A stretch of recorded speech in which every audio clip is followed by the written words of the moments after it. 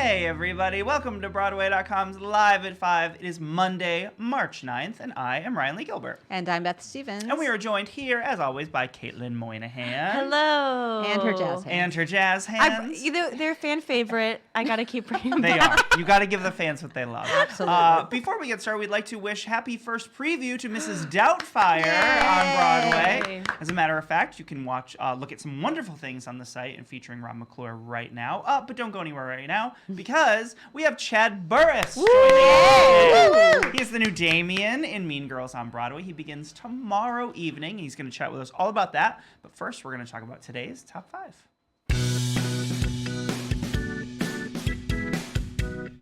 We're starting off today on a sad note, but we are going to be able to honor his incredible legacy. That's true, Caitlin. Thank you. Mark Crowley, who is the Tony-winning playwright of the groundbreaking play The Boys in the Band, has passed away at the age of 84. Now, we all feel like a personal feeling about this because we got to meet him last year when he won a Broadway.com Audience Choice Award in addition to the Tony Award, and that was for a revival of The Boys in the Band because, of course, it was back in from 1969 or so. That was produced on Broadway by Ryan Murphy and David Stone, and it also received off-Broadway revivals in 1996 and 2010. Mr. Crowley also wrote the plays Remote Asylum, A Breeze from the Gulf, Avec Schmaltz, my favorite title, well done. for reasons that remain unclear. So he was so lovely. I got to chat with him here on Live I at sat 5 right here. not too long ago, and he was very nervous about that winning that Tony. Yes, he was. But it all worked out. An incredible moment. It did. So he will be missed. Yes, and a brand new musical has set its pre-Broadway run dates. We are talking about a musical comedy adaptation of Some Like It Hot. It is a Billy Wilder movie. It had Marilyn Monroe and Jack Lemmon in it. It won a Golden Globe in 1959. The musical version will have its world premiere at Chicago's Cadillac Palace Theater. That will happen on March 2nd of 2021. So a year away. And it will run through April 4th at that theater. Tony winner Casey Nicholaw will be directing the Broadway-aimed production. Broadway, it's aiming for Broadway, aren't we all? It'll feature a book by Matthew Lopez of The Inheritance fame, of course, and it features a score by Tony winners Mark Shaman and Scott Whitman. You couldn't ask for better people to be doing this. The Hairspray team. The Hairspray team, indeed. If you were completely unfamiliar with Some Like It Hot, it is set in Prohibition-era Chicago as two musicians are forced to flee the city after witnessing a mob hit. With gangsters hot on their heels, they're on the run as the newest members of the swinginest big band ever to cross the country. It's a lot of fun. It's a great movie. Casting for the Chicago production, as well as all the details about that aiming for Broadway, will all be announced at a later date. But with a team like this and a title like this, it probably is going to be a big deal. So I'm very excited. It's hot. There you go. Washington, D.C. audiences are going to be able to get on a very strange loop. I'm booking a trip to D.C. because Michael R. Jackson's A Strange Loop will play the Woolly Mammoth Theater in the nation's capital. This was off-Broadway at Playwrights Horizons, and it got a lot of buzz. It's directed by Stephen Brackett, who will do it again in D.C., and that will kick off performances on September 15th with a hope or an aim for Broadway. Here's what it's about. A Strange Loop explores the thoughts of Usher, which was played off-Broadway by Larry Owens, a black queer writer working as a Broadway usher while writing his original musical, a piece about a black queer writer working as a Broadway usher while writing his original music. You see the strangeness and the loopiness. There's a little loop. You feel it? Yeah, you feel it? There. No casting yet for the DC production, but I'm excited. This is a hot title. Yeah, this we'll be seeing a lot of this, I think. And a big name was just announced to headline at Disney's upcoming Women on Broadway. Yes, and that big name is Hillary Clinton. She will be giving the keynote address at the upcoming Women's Day on Broadway celebration. This is the third annual event. This year it is titled "The Decade Ahead and How Women Will Shape It." Absolutely. This will be held on March 10th at the New Amsterdam Theater. If you read our site, you know that Hillary Clinton is a big fan of Broadway. She goes to all of the shows. We usually have some coverage of her there.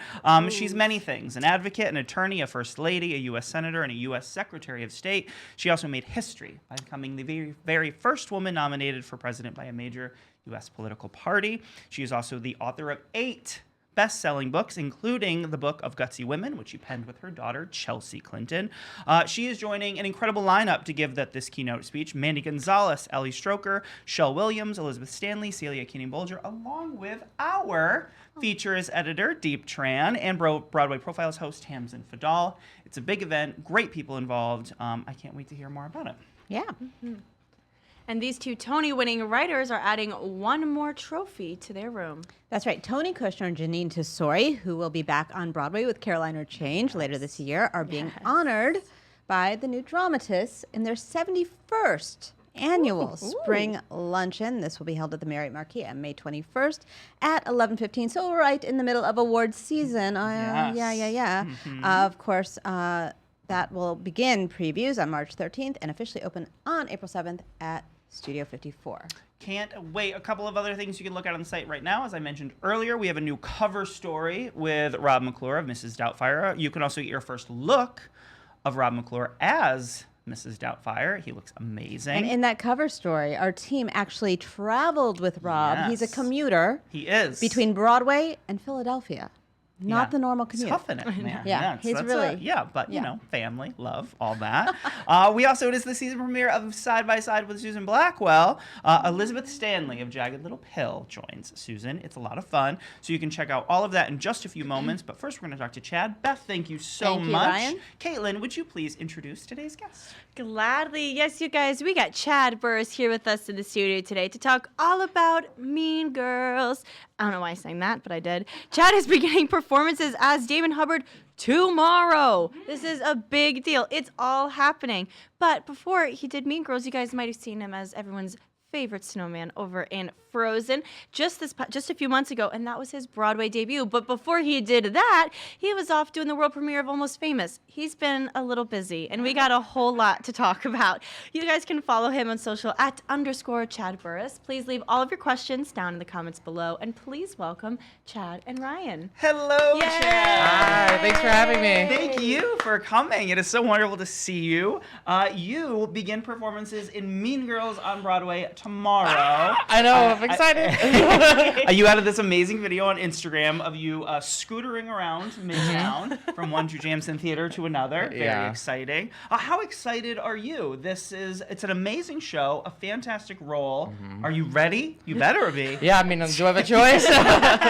I'm so excited. The cast is great. There's a lot of new people going in at once. Yes, that's right. Which makes it fun because we're just all newbies, you know? Yeah, it's like a graduating class. It's like high school. We're freshmen. We're coming in. Right. That's exciting to go into a show. Plus, I toured in Mormon with Gray. Right, of course. It was really exciting. Actually, I think he had heard when that I got it before I knew, and I FaceTimed him. He's like, I've known, but I couldn't tell you, or So he was it's been cool to go through that with a friend, like my Damien brother. That's absolutely. Here's how you do it. Here's what you need to be doing. Mm-hmm. So it's been a lot of fun. Well, I was going to ask that. I've had a chance to talk with Gray many a time, and what kind of advice did he have for you? What kind of pearls of wisdom did he pass along about playing this role? The main one was the tap, because that is newer for me. So I'm like. Heavy number. It is, but he was like, sweetie, they're not looking at your feet, they're looking at your face. Exactly. So I'm like, okay, that made me feel a little bit better. And then also just times that, he's a very social guy. So it's about when I need to be talking to certain people. It's more that I'm like, let me get the show first before I get this social network that you've created backstage. She's like, this is when you check in with stage management. This is whenever you give someone a high five or bother this person. I'm like, okay. There's a lot to do on stage first. Absolutely. What is it about this show or this role that you're a big fan of, that you're eager to convey to the people that come see you in the show?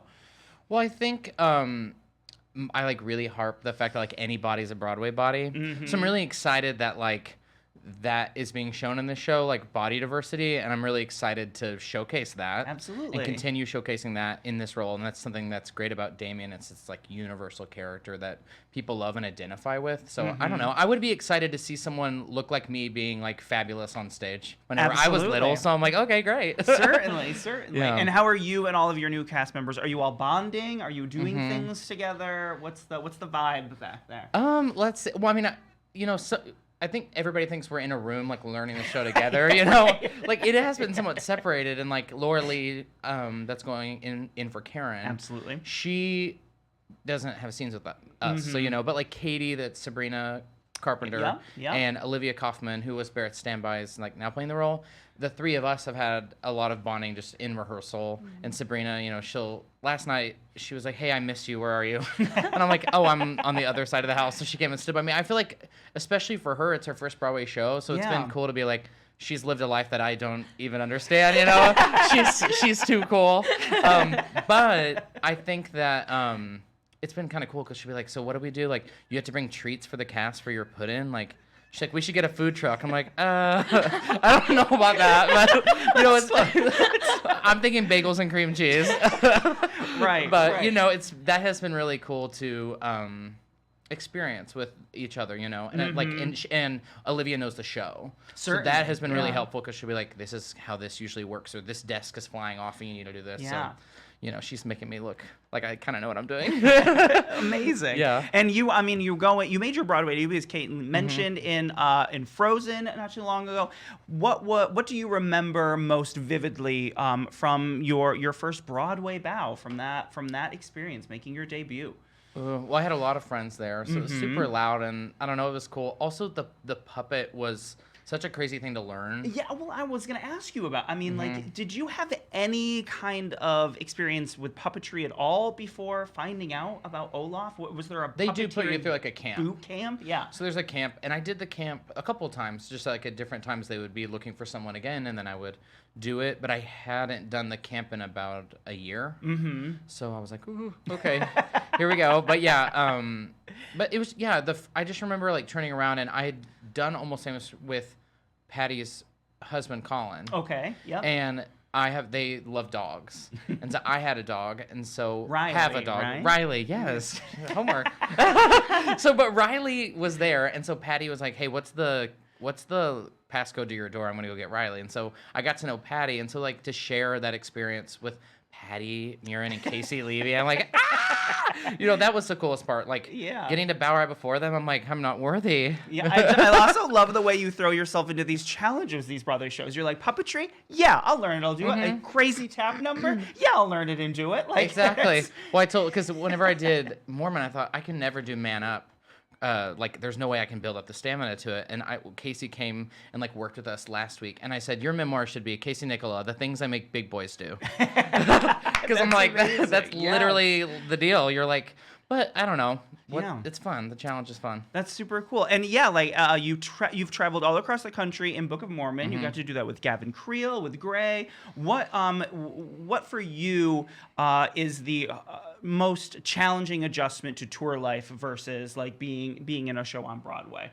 How do you prepare yourself for touring?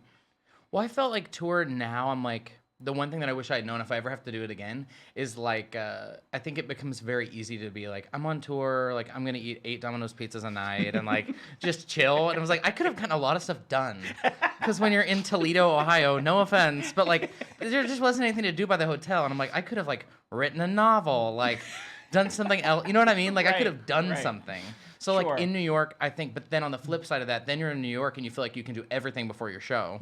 And so then it's like, on tour, I didn't realize, but I was resting, and I was a standby when I was playing the part for the most of my time there. So I think it's in New York making the time to rest, because you're like, I can go and, like, take this class before it, or have a meeting before this, or meet up with a friend, and then you're like, I didn't sleep, you know, like, like active. Like, I need to rest and make a point to do that. Which is what I'm trying to figure out. Right. And I know people, for anyone that didn't get a chance to see Almost Famous at the Old Globe, people are still very much excited about it and to hear more about it. What can you tell us about either that experience or audience reaction? Is it a show that is still, you know, you're keeping close to your heart and all that? Yeah. You're like, what's happening with it? What can you tell us? I can tell you it's very fun to perform. Right. And I have no knee cartilage now because we jumped so much, you know, but it is a very active show and it's cool. I think the same thing that I'm feeling now with Mean Girls that I felt with Almost Famous is getting to work with someone that's like a cultural icon. Like Cameron Crowe and Tina Fey. you know, that is just so crazy to walk in a room and then realize that these are just really great people. Amazing. And that they're excited. And also it's their first time, like, having this type of thing. Like, in a way, kind of like Sabrina, it's like they're asking questions, but I haven't had that experience because I'm not an original cast member of Mean Girls, so like she's a Broadway dame now, Tina. Right. But like with Cameron, he would be like, so what did we do? Like, you know, he just didn't know, and it's really cool. It's like, oh my God, he has an Oscar and he's asking me like a question, you know, or of like, oh, do you think this scene's okay? Like that was really cool to get to be an original cast member or something. I think the show is great, and there's some really awesome performances in it. And absolutely. Really good music. Absolutely. You talk about like you could have done more things on the road. It seems like you do a lot of things. You also created a web series, City Boys. Yeah. What was that experience like? I know that I've talked to a couple people that have embarked on that, and it's a lot of work, especially when you create the whole thing. Was it a lot of fun? Was it more stressful? Yeah, well, that's kind of one thing that I want to start doing more. Yeah. So I created that with a writing partner named Corey Stonebrook, and we had some Broadway people that were in it. Yeah, great Ali people. Stroker was in it, Chris O'Neill, that used to be at Mormon, and Mary Stout. Yes. Of Hot Dog Cart fame. Absolutely. So, yeah, that was really cool. And then we just did, actually, whenever Almost Famous was in their rehearsal for the Out of Town that we did in New York. Okay. We had a reading with Cameron Crowe came and Jeremy Herron, the directors, and it's a pilot that we wrote and the reading had Judith Light in it, Celia Keenan-Bolger, Kate Walsh, Maria Dizzy is directing it. Well, look at that. Fingers crossed that something comes through with that. That's incredible. Yeah. Did you grew up in Arkansas? I did. That right? Is this did you know that you always wanted to do this? Did you know right away like, oh, I want to be a performer, or did you stumble into it somehow? No, I mean I don't know about this level. You know, I know I wanted to do something, I'm creative and like kind of a class clown, and it was a nice like distraction for my family to be like, you should go do that, and like we can actually use this energy. Right. But yeah, and then so I booked Book of Mormon. That all started off a YouTube video. Oh wow. So it kind of like came out of nowhere, you know? And so every time I've been like, maybe I don't want to do this. This seems really hard. Then like something like that would come up. So I'm like, okay, I feel like that's when you know you're on the right path. Yeah, it's when like it's like an energy that's leading you a certain way. So yeah, I don't know what else I'd do. When you're looking for a new project to star or a new role, what kind of what guides you? What are you hoping to challenge yourself with something new every time? Are you hoping to explore just different characters? Like what kind of guides you in the choices you make and the moves you make? Yeah, well, I think that is something that is newer to me, getting to be sort of guiding around, and be like, oh, I'm really excited about this, because I think that it's always about who you're collaborating with. For me, it's like, and the energy, and I feel like we feel that when we're auditioning. Like you walk in for Tina Fey and Casey Nicholaw and Jeremy Herron and Cameron Crowe, all these people, it's like they are so creative. They're people at their top of their game, right? And they love it, and they're nice. And so that all kind of feeds down and then to it's you. like, oh, everyone then realizes that they've like set that as the bar for the whole company. Right. But in terms of my own creative projects, it's just like, okay, I want to write, like we wrote that specifically for Judith Light. Judith. You know, so it's like, but it's like that is like, oh, cool, I can write this thing and then like send it to her, and then you have like some power that doesn't exist in me being like, can I have a job? Like I'm auditioning for this. Can I please, you know? Right. Yeah, that's kind of what I'm excited about. That's amazing. That's amazing. Let's open it up to some of the people that are watching. Yes. What would they like to know from Chad? All right, so first question is, Zach on Facebook wants to know, what do you think would happen if Olaf and Damien met? They would give each other a warm hug. Boo. I don't know. They're very kind of similar though, like in their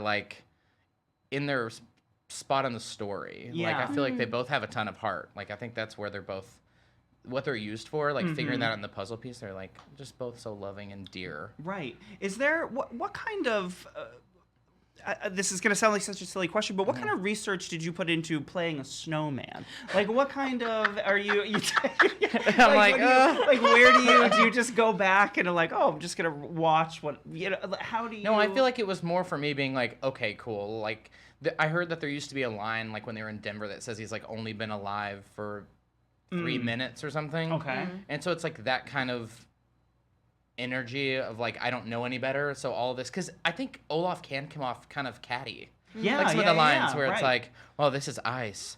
oh yeah, obviously, you know, like it can, Right, but it's like right. if you're just like, oh yeah, obviously it is, you know, and it's a little bit more like just unaware. So that's kind of where I was trying to pull from instead of like, you know, research. Snowman. How to be a snowman. And what about with Damien? Where did you put? What was like the first thing you wanted to kind of get down, like for you to kind of start embodying him? Yeah, well, it's hard because Gray is like Gray. Yeah, And he's yeah. amazing in the role, but it's like, what is the role outside of him doing it? So I'm just channeling like a 18-year-old, we'll see how it looks tomorrow. But no, you know, like very young high schooler that like I went to school with a boy named Jared. If he was watching this, like I'm like I see him and it's like he had a friend like Janice and they'd be around the school just like hanging on each other and they loved each other so much and it's like so he's my spirit animal. Yeah. I need to reach out to him. You should. I'm like, thank you so much. You helped me get another Thanks for Broadway show. Absolutely. And spread that love. Yeah. That's hilarious. All right, so Nina wants to know,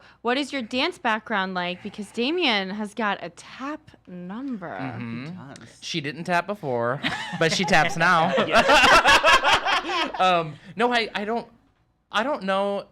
Like I said, I feel like with Casey's choreography, it's so fun to do Yeah, that it's like absolutely. everyone in the room is kind of like, even if you're not a dancer by trade, you figure it out because they rehearse you until you figure it out. And then also it's just so fun to do. And I think that's half of it is he's just like, sell it. It's the confidence. Right, right. Well, who do you have? Do you have a lot of people coming out to support you on your big performance tomorrow? I don't think tomorrow as much just because Give of you like a all the little bit travel too. I think they're like waiting at home and then they'll come up in like a month. absolutely. Yeah. Yeah. When you've do you like to know when you've got sort of either important people or big names in the audience, or would you? Oh, I love rather- knowing. Do you? It's fun. Because then you just can play tweet to at them that. and be like, come backstage. I want to meet you. Oprah, come backstage. Who is a celebrity that you've been able to meet that's been very exciting? I Who met is it? Jimmy Fallon. Jimmy Fallon. That one Yes, was really a huge cool. Broadway fan. And yeah. I'm trying to think of like who else like that. I want to meet Dolly Parton. Don't we all? I mean, Yes. honestly, you're like, she's here. That's funny you should bring that up. Yeah, Yes. and Dolly couldn't. But yeah, that's like the main one. I'm like, come Yeah. see Mean Girls, Have please. were you a fan? Was young Chad a fan of Dolly Parton? Or- Yeah, I mean, like from Arkansas, so it was like Dixie Chicks. So like on my dressing room wall. You're about that to have we're a big working year, on. Dixie Chicks and Dolly Parton. I mean, they're blowing up. New albums, Gaslighter, like all that. I'm like, yes. this is everything. No, but so my wall in the dressing room, I'm getting all this stuff on Etsy, and I'm like doing like a gay icon wall. So I have like Dolly and Oprah. I have the girls from Broad City. I'm really like because Grace was kind of like that. I'm like, I need to put my own stamp on it, like make it very me. Absolutely. Oh, I love it. I can't wait to check it out. Uh-huh. Amazing. I think we have time for one more. Yes, we can do one more question. All right. Okay. So Elise wants to know, do you have something that you always have to do before going into a show? Do you have any things that you have to do? What's your pre-show ritual? Oh, you mean like going into a show, like learning it, or just Oh, like every no, like night? before every night, like Before like, a performance? Before performance.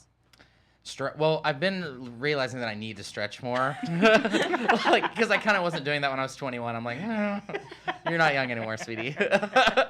But So a nice stretch yeah, sesh. stretch, and then Okay. I really do like to kind of check in with everybody. Gavin Creel, I really like learned that from him. He walks through the whole building and says hi to everybody, and I'm like, I want to take that on, like just Yeah. like checking in with everyone, because then you kind of know where you're at with the people instead of just seeing them when you get on stage. Right. No, right. And then you get to be, because as everyone talks about Gavin Creel, they say he's one of the nicest people in the biz. Yeah. And you know what? That's what they're going to be saying about Chad Burris as well. One of the nicest guys. Chad, thank you so much for coming by. I'm so happy for you. Congratulations. Thank you so Break a much. leg tomorrow on the show, but don't just tap your Yeah. ass off. It's going to be amazing. Thank you so much. Yeah. Caitlin, would you please take us out? Gladly. Thank you guys so much for tuning in today. We are live at 5 every single weekday here on Facebook, and you can listen to us where we get your podcast by searching for #LiveAt5 and hitting that subscribe button. Be sure to tune in tomorrow. We talk to Crystal Joy Brown, who's currently playing Eliza in Hamilton.